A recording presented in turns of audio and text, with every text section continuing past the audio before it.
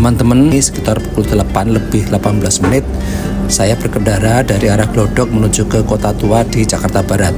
Ini adalah Jalan Kali Besar Barat. Lalu lintas kendaraan lengang atau sepi pada hari Minggu pagi ini. Kawasan Kali Besar Barat telah selesai direvitalisasi sehingga lebih nyaman buat berjalan kaki dan para wisatawan.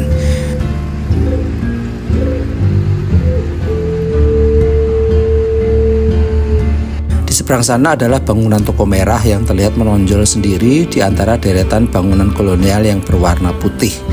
Mengapa diberi nama Toko Merah? Toko Merah adalah sebuah bangunan peninggalan kolonial Belanda yang terletak di tepi barat Kali Besar, Kota Tua, Jakarta. Dibangun pada tahun 1730 dan merupakan salah satu bangunan tertua di Jakarta. Belasan kali berganti pemilik, keberadaan bangunan di Jalan Kali Besar Barat ini menggambarkan dinamika bisnis di kawasan Batavia. Letaknya memang sangat strategis, dekat dengan pusat pemerintahan atau Stadhuis di tepi De Groot Riviera atau Kali Besar yang merupakan urat nadi lalu lintas air kala itu. Pada zaman itu, Kali Besar memang merupakan wilayah hunian elit di Batavia, tempat tinggal orang-orang kaya dan para pejabat VOC. Tampak dari jauh bangunan Toko Merah yang tampak indah dengan pendaran lampu-lampu dari dalam ruangan. Nah, saya sekarang masuk ke Toko Merah di malam hari. Saya ingin merasakan sensasi di dalam Toko Merah pada malam hari. Apakah serem? Ikuti liputan saya sampai habis ya. Bangunan ini aslinya adalah rumah tinggal yang dibangun oleh Gustav Willem Baron van Imhoff. Kemudian Gustav menjadi Gubernur Jenderal Hindia Belanda pada tahun 1730 saat masih menjabat Opperkoopman VOC. Namun informasi ini agak diragukan karena bangunan ini cukup besar, nyaman, megah, dan mewah. Bangunan Toko Merah adalah bangunan kembar, dua rumah di bawah satu atap dengan perpaduan arsitektur klasik Eropa dan gaya Cina pada ornamennya. Berlantai batu marmer warna putih di bagian bawah, bagian atas berlantai kayu. Tangganya unik bergaya barok, satu-satunya tangga jenis ini di Jakarta. Arsitekturnya mencerminkan perpaduan gaya Cornish House abad 18, yaitu bangunan dengan dinding muka yang ujungnya datar dan diberi profil-profil pengakhiran dengan atap tropis. Tembok depan tidak diplaster, bata merah ditampilkan secara ekspos, diperkuat dengan cat warna merah hati, yang juga merupakan warna dominan interior unsur Cina di bangunan ini. Unsur tradisional tampil pada motif kisi-kisi pipih di balustrade tangga yang umum ada pada bangunan Melayu. Toko Merah menerima sertifikat sadar pemugaran pada tahun 1993. Bangunan ini adalah bukti nyata sikap kepedulian terhadap pelestarian sejarah dan budaya.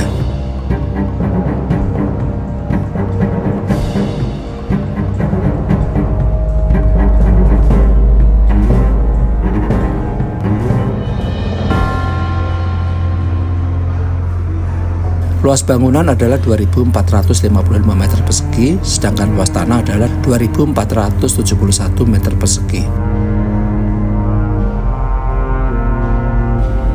Bangunan ini terdiri dari 3 buah gedung.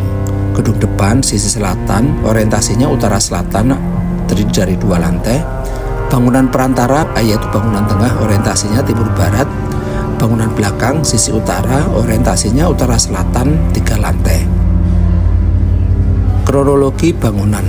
Tahun 1730, bangunan rumah tinggal oleh Gustav Willem Baron van Imhoff. 1750 hingga 1761, kediaman Gubernur Jenderal Jacob Mosel. 1761-1775, kediaman Gubernur Jenderal Petrus Albertus van der Para.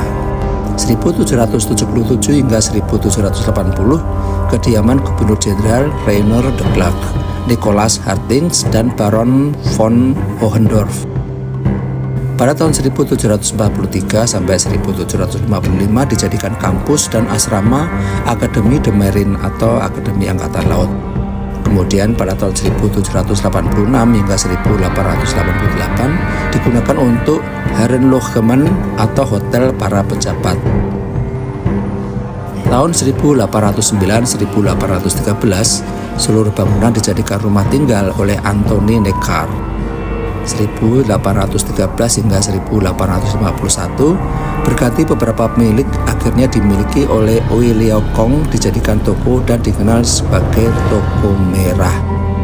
Tahun 1920 dibeli dan dibuka oleh NV Bo Maskapai Toko Merah yang menelan biaya 1 juta gulden. Bangunan ini diperbaiki lagi oleh Bank For Indy yang kemudian berkantor di sini hingga tahun 1925. Kemudian ditempati oleh sejumlah biro dan kantor dagang. Tahun 1934 hingga 1942, kantor pusat NV Jacobsen van den Burg, salah satu 5 besar perusahaan milik kolonial Belanda. 1942 hingga 1945, gedung dinas kesehatan tentara Jepang. Pada Agustus 1945, usai Jepang menyerah, Toko Merah ditempati sekutu untuk sementara.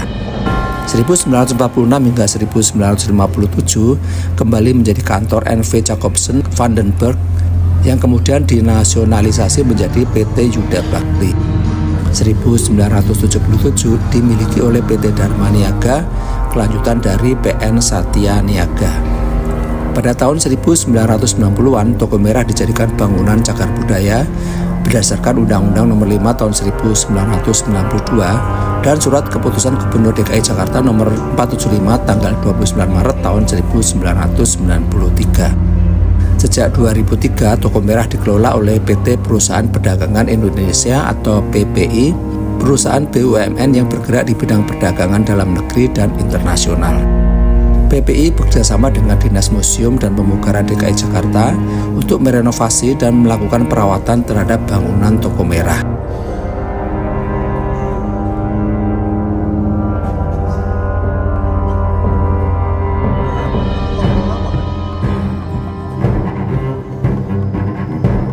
Toko Merah direstorasi pada tahun 2012. Toko Merah menjelma menjadi function hall yang dapat dijadikan sebagai tempat konferensi dan pameran. Kini, sebagian bangunan Toko Merah disulap menjadi kafe. Namanya Rode Winkel dalam bahasa Belanda yang artinya Toko Merah. Bangunan ini dapat disinggahi para pelancong untuk menikmati keindahan interior bangunan Toko Merah yang telah berusia 294 tahun pada 2024 ini. Konon ruangan-ruangan di dalam sebagian akan disulap menjadi tempat biliar. Teman-teman, ada yang mengatakan bahwa nama Toko Merah itu diambil setelah peristiwa geger pecinan yang pada saat itu banyak mayat orang Tionghoa bertebaran di kali besar sehingga permukaan air menjadi warna merah. Di samping itu, dalam Akte Tanah nomor 957, nomor 958 tanggal 13 Juli 1920 disebutkan bahwa persil-persil tersebut milik NV Bo Maskapai Toko Merah. Nama Toko Merah berasal dari warna cat merah pada kayu-kayu di dalam ruangannya. Warna merah memberikan kesan sentuhan ala Cina pada rumah tipikal Belanda ini. Terlebih lagi, pada waktu itu warna furniturnya juga merah. Sedangkan bata-bata berwarna merah di dinding depan merupakan tambahan dari Bank For Indy pada tahun 1923 dari bentukan aslinya yang berupa dinding plester berwarna putih.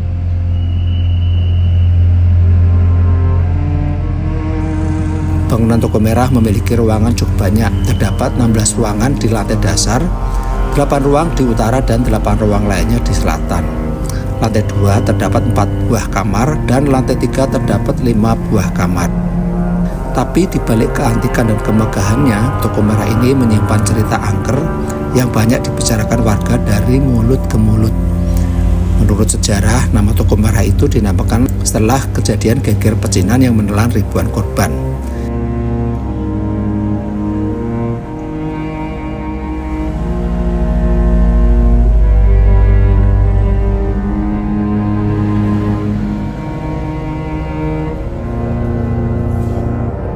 Warga sekitar banyak yang mengalami kejadian mistis di sekitar area Toko Merah ini. Pada malam hari sering terdengar teriakan serta tangisan wanita, suara langkah prajurit, dan suara-suara aneh lainnya. Ada pula saksi mata yang melihat sosok wanita bergaun putih panjang sering berjalan di tempat ini dan warga sering melihat penampakan wanita dari jendela. Apakah teman-teman ada yang pernah berwisata ke Toko Merah? dan melihat sesuatu yang aneh di dalamnya, tulis tanggapan teman-teman di kolom komentar di bawah ya. Terima kasih teman-teman telah menonton vlog saya sampai habis. Sampai jumpa lagi dalam tayangan vlog Wibi Kembara berikutnya. Tetap semangat dan selalu jaga kesehatan. Terima kasih.